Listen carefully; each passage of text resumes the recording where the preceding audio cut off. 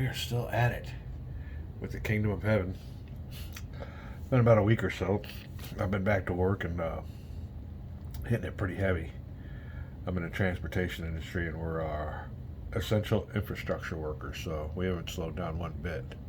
As a matter of fact, it's gotten pretty busy for me. But we are here. It is the end of the second term, and it is the springtime. And Muslim troops are going home to tend their fields. Right now, you can see all the troops that are demobilized. And I left some on here, particularly old Kerboga and Emir. They're allowed to keep half of their command rating. So he's able to keep 5. He's able to keep 2. And I did leave a leader here in Antioch. The Duquois, whoever his name is. He's only got a command rating of 3, so he kept himself a nice little Seljuk infantry there. But we moved the turn marker to the last turn, and we'll be dealing the cards. We got to do replacements, muster everybody back up, and do some replacements. But that's where we're at in this game. Now I want a little note to make. I put an ad on Vassal for a Kingdom of Heaven opponent, and somebody has answered, so I'm going to go ahead and finish this scenario on up.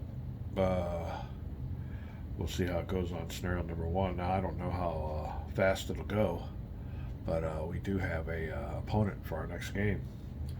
So whether I film it or not depends. But yeah, I'll be playing this game again. This game will be down here, and I'll be playing an opponent on Vassal. And we'll be starting with the scenario number 1, so it'll be scenario 1, Deuce 2 Volt, the First Crusade, and it'll be with the live opponent. So I'm excited about that. There's all kinds of opponents winning on Vassal too. As a matter of fact, you can see here.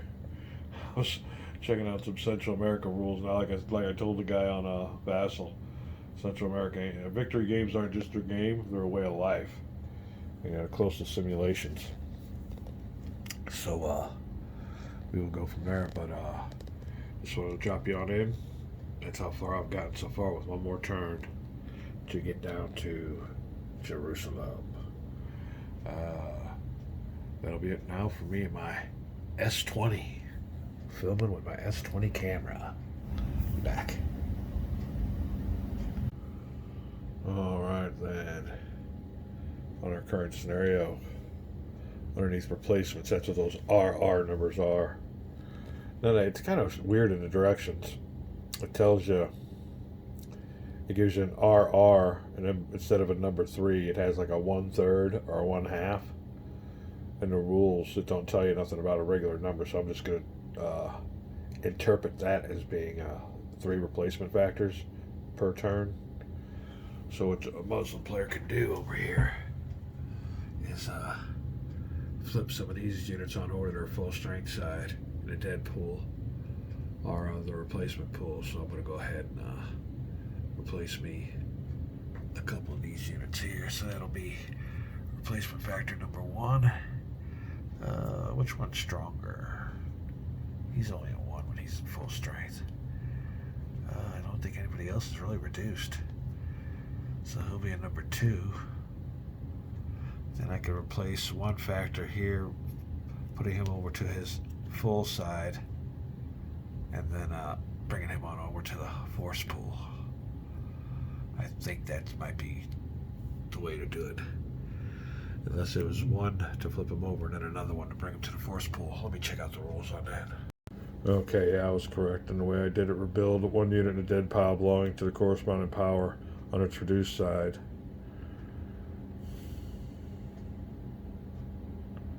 Rebuild 1 unit in a dead pile belonging to the corresponding power. Oh, on its reduced side. The unit is then placed in a player pool. Okay, well, Mr. Seljuk, you still are reduced, but you're just brought back to life. I guess in a reduced state, so that'll take care of the Seljuks. The Aleppos get 1. Oh, did I flip somebody over I wasn't supposed to? I was. That was in Aleppo that I flipped over. So he's flipped over now. Seljuks still get another one because they get 3. So I'll do that. Keep him on his reduced side. Then come over here. Okay. So that's 3 for Seljuks. Aleppos get 1. And the Caliphate of Fatimids get 2, but they don't have nobody lost yet. Damascus gets 1. Do I have a Damascus unit down here that is reduced? No, I do not. So they will forfeit. If you can't rebuild or anything, you're forfeiting. So, and a Christian player does not get any replacements. So the replacement phase has been done. Flip on unit for force pool, reduce strength. Alright, I guess then the rest of it will be mustering when we actually place them on the map. Yep, blockaded units can't be, all that other stuff. If a power has neither dead nor reduced units, it forfeits the replacements for that turn. Easy enough. We are done with the first phase of a new turn, which is the replacement phase. And we go back to the mustering phase. Both players place any units from their force pools following the restrictions of Section 7. We're back. Alright, the rules state that you can put no more than 3 units in a power's capital, so 3 Damascus cavalry will be going into the city of Damascus waiting on the Crusaders. And then I think the other restriction is 1 unit per castle. So no more than 3 units in a power's capital. No more than 2 units in a walled city or provincial capital. That's not their power's capital, okay. No more than 1 unit in space with a castle. No units in a space with stronghold. Crusader Templar without any limit, any besieged. Byzantine may be placed, but they're not really replacing them. Not controlled enough spaces to muster all his forces. Remaining units remain in the force pool. So that's just it. We gotta find spaces for all these guys. We'll be right back. Alright, we got the 2 forces there. In Aleppo, he only have 3 in his force pool, just 2. But they will go in the city of Aleppo. And I don't know if it's walled or not. Okay. I guess blue equals walled. And this here don't mean walled. But we will check that out just to make sure what that means. Be right back. Okay then, correction. Blue outlines mean ports. And everything else is a regular walled city, so that'll be that. Who is next? We got Aleppo, we got Damascus. We need Edessa. The rest of them are Seljuks. We got 1 more Damascus to place. He can be placed down here with a castle. We'll place him in this castle up here, waiting for more in the line for the Crusaders instead of this one. Alright, we got 1 leader and a bunch of Seljuk cavalry and infantry to place. We'll find out what we're going to do with them right now. Alright, well, procedurally I did that wrong. I was supposed to place my leader first, but it ain't going to make no difference. I'm putting old Ridwan in here with the Aleppo cavalry. And now we will have to find spots for the rest of the Seljuks. We'll be back. Alright, well, I went ahead and did it differently. Old Ridwan is going to stay in Mosul, which is the capital for the Seljuks, and with him we'll have his command capacity filled with 3 full-strength Seljuk cavalry units. The other ones I put there at Tripoli, another one at Alexandretta, and where did I put the last one at?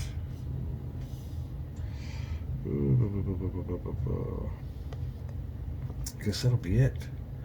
Then I put some other spaces, but it's not looking like it. Alrighty, so Seljuks here, and a bunch of Seljuks here. I do have a couple more I could place, and I will play it. These are half strengths, but he'll go over here underneath this castle. There's a capacity of 1, and not to waste any, I'll take this last Seljuk here and put him in this, I'll put him in here. So that'll be the way I mustered my forces, with most of them starting off in Mosul, and then a few of them here. Like you said, I kind of offset them. The extra ones I put in there. I don't think I put anybody else in there with the Mir. Mir could only have, he could only have 2. And that's what he has, so we're up here. Aleppo's got their forces to their capacity of the city.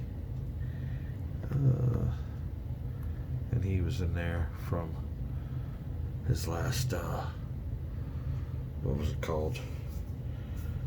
Demobilization. Alright, so I was able to empty out the Muslim force pool and dead pile. On the mustering phase, now that'll be it. There is no mustering for the Muslim player. You know what, there is some replacements, because I do have units in that Christian dead pool, but I get no replacement factors. I tried, so I can't do nothing with them, only from card play. So starting to beginning with the Christian player, all leaders from his force pool. That's a dead pile. Yeah, nothing to do there. So that'll be it. I think we're going on to the deal strategy card phase. So let's take a look at the board here. Fatimid's still neutral. Nobody's crossed the almighty border here yet. Trying to go and get into Jerusalem, and that's just it. As soon as you do, it's on, and these guys will come at you. But that's what it looks like for the Christian player. Not too bad. All depends on the card play. He's got forces in Mosul, but nothing really to stop me. Looks like it's going to be time of Blitzkrieg. Do I waste cards trying to get these guys up there? I think my forces that are going for Jerusalem are at Gaston, Masyaf, and Hama. Right there. Back, we're going to deal cards. Alright, we are ready. First thing you do, check out our highest ranked leaders, and there they are, Old Toulouse and Kerboga. Take your highest ranked leader on the board for the Muslim player, highest ranked leader for the Christian player, and rank as these capacities back here. Now, out of those two, you pick the one with the player controlling the ranking leader with the lower strategy rating takes the first action round. Well, it's all in this similar scenario. It's always the Christian player, but yeah, he beats him. He goes lower. Now, what that means, I don't know. You'd think the guy with the higher rating would go first. I don't know, because it's a gentleman's game. So there we are, ready for card play. I skipped the initiative phase. Well, I didn't skip it, but I'm going to show you how it's done. And cards have already been dealt. So we're ready.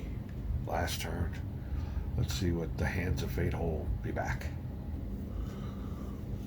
All right, well, here is the Christian hand, and I must say, I think I got a good hand for my uh, last turn. Nothing really spectacular, but there are a few pro event. These are my event cards right now. Play on any space containing units of more than one religion. So hopefully, and you can look through the stacks. So when the Muslim player combines forces, I can play that card against them. The old religious divisions. And don't we all know how the divisions can be in religions? Next one's Corsairs, and that lets me make a naval move with a leader and 3 units. That'll come in handy for those Byzantine units there at Seleucia. And then last but not least, this event card, Intrigue against Commander. Play after an army with a Muslim leader is activated, but before movement. So that'll come in handy there. Now the rest of these cards, we'll use them for their command or ops value. We'll use those for vassal moves or something. So we got a little bit of something to work with here. First card that'll be played, we will find out here in a second, because I got to look at the Muslim hand to see if they can play a card against my card. Be right back. Alright, well, the Muslim player has nothing but event cards. All these cards are good to play on the Christian player. So we will see how that works, but he's got nothing but really nice cards here. So before, or after, or before, we'll look and see. But I'm just going to go over these cards here, and we'll go from there. Now there's the Christian player's activation, or action phase. And his first chance to play a card, so we'll go from there. The back and forth of the card play to follow. Okay. Now, all of the Muslim cards, these are not cards that can be placed or played in response to a Christian move, but this ambush card can. So we'll keep that and we'll keep an eye on that card while the Christian player makes their move. See if we play it or not. Other than that, back to the Christian's decision. Ops or events, we'll see. Alright, well, I was going to use this card here and play it for its event.